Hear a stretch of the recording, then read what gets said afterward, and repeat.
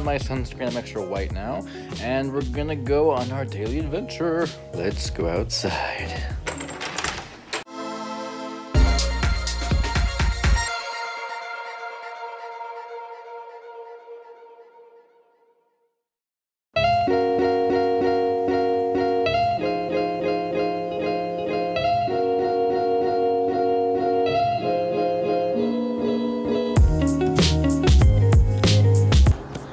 We are definitely in Hawaii right now. And here's the driveway we came up last night. It was a little bit nerve-wracking, honestly, because it was all dark. It was about 10:15, and we weren't sure if we were in the right spot. So climbing up this driveway, just a little bit nerve-wracking, but hey, we made it. And then if you go around back here, we have a nice view of the beach we're gonna go to today. Look at you.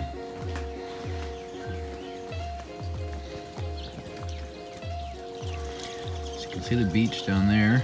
We're gonna be going to probably snorkeling a little bit. And evidently they call this town Captain Cook because just a little bit up north, a few miles up north, Captain Cook actually landed here. So the whole town is named after him, which is pretty cool, you know, lots of pirates stuff going on. This fruit right here, they called star fruit, and I've never had one. They said you just slice it up and eat it, so we're gonna try that. All right, let's see here. I'll try that one real quick. It's kind of sour, but I like it. It's like a mild, sweet, sour fruit.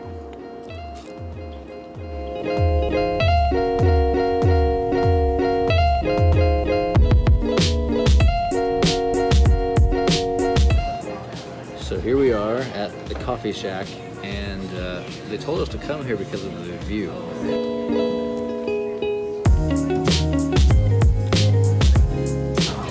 And as far as the menu goes, this is about normal, I would say, for what we've seen so far on our trip.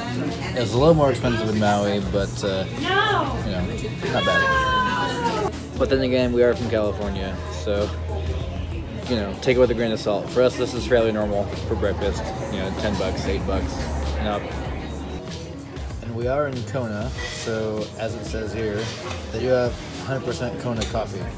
And I don't drink coffee, so I'm not necessarily taking advantage of that particular part of the trip, but if you are a coffee lover, then this is a good place to come because there are coffee farms everywhere.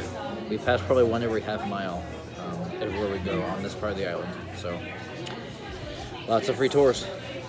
And here it is, complete with pineapple, of course. And look at that. Oh, it's good.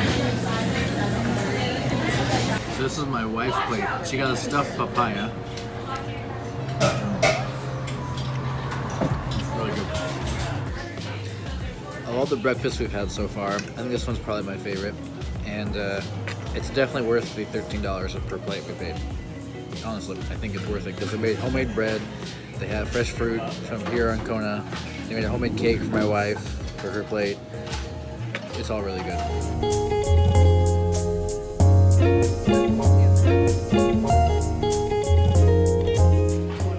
So we came down the mountain and now we are at one of the national parks of Hawaii.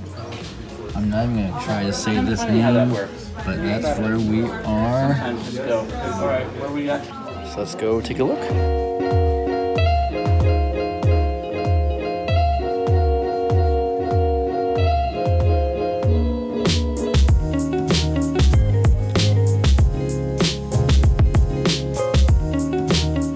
So apparently, in ancient Hawaiian culture, the chief was like Pharaoh. He was like a descendant from God. So whenever the conch, I'm not sure how to say it in English, but whenever the shell would sound and the chief was coming, everyone would either leave or they would fall to the ground and worship the chief as if he was a god, because to them he was sort of a descendant of God.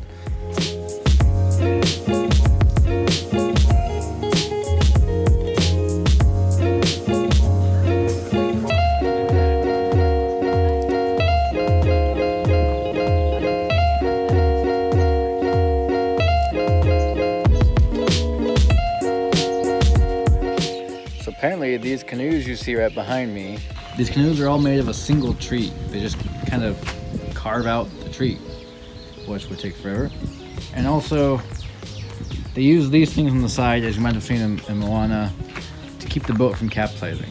So this is mainly because they were all out in the ocean, not in a much calmer body of water like we have in our lakes.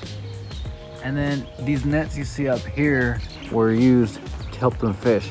Not to catch the fish in the nets, but what they would do is they would go outside around the bay and make a bunch of noise with them and scare all the fish into the bay.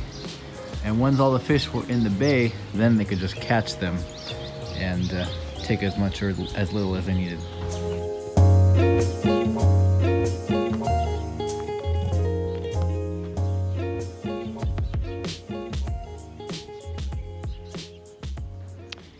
Also, apparently during wartime, if you couldn't fight or you were defeated, if you came to a place of refuge, as these are called, and well, translate I guess from Hawaiian, then you were safe.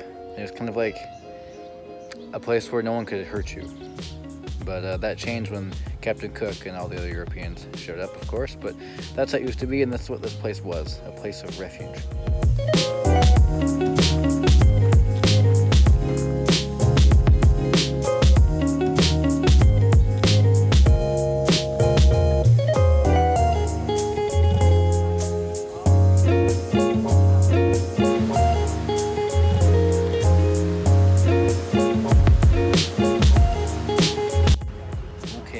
Adventure, we find ourselves on a boat, ready to see manta rays in our snorkeling outfits.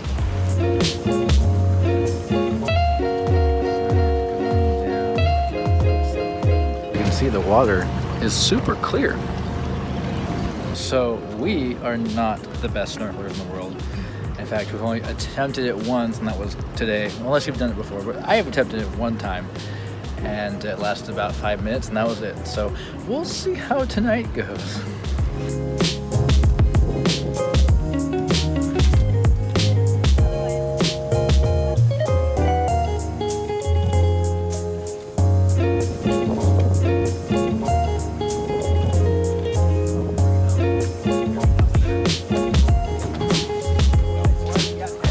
So we gotta build some plankton first. If there's no plankton on the board, they're not gonna wanna come up. So we're just gonna sit here. Yeah, the legs are pretty strong. They beam them up. They typically filter feed about 20 hours a day. So that's why they love our lights at night, because it's like all you can eat. Yeah. Wow.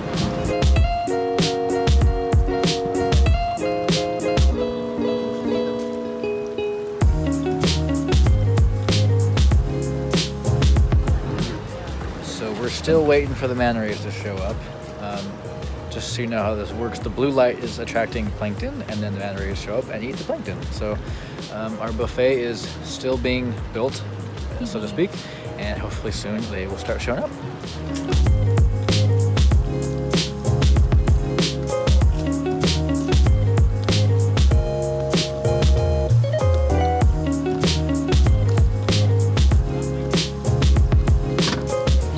Okay, we're ready to go.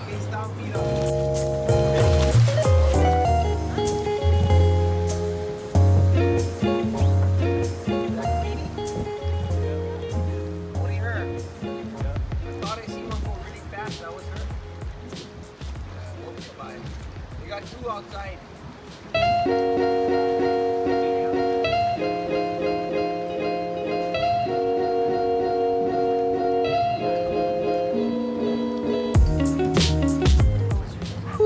So you couldn't see all of them. There were 4 of them total. It was crazy. I've never been that close to manta ray in my life, let alone 4 at once.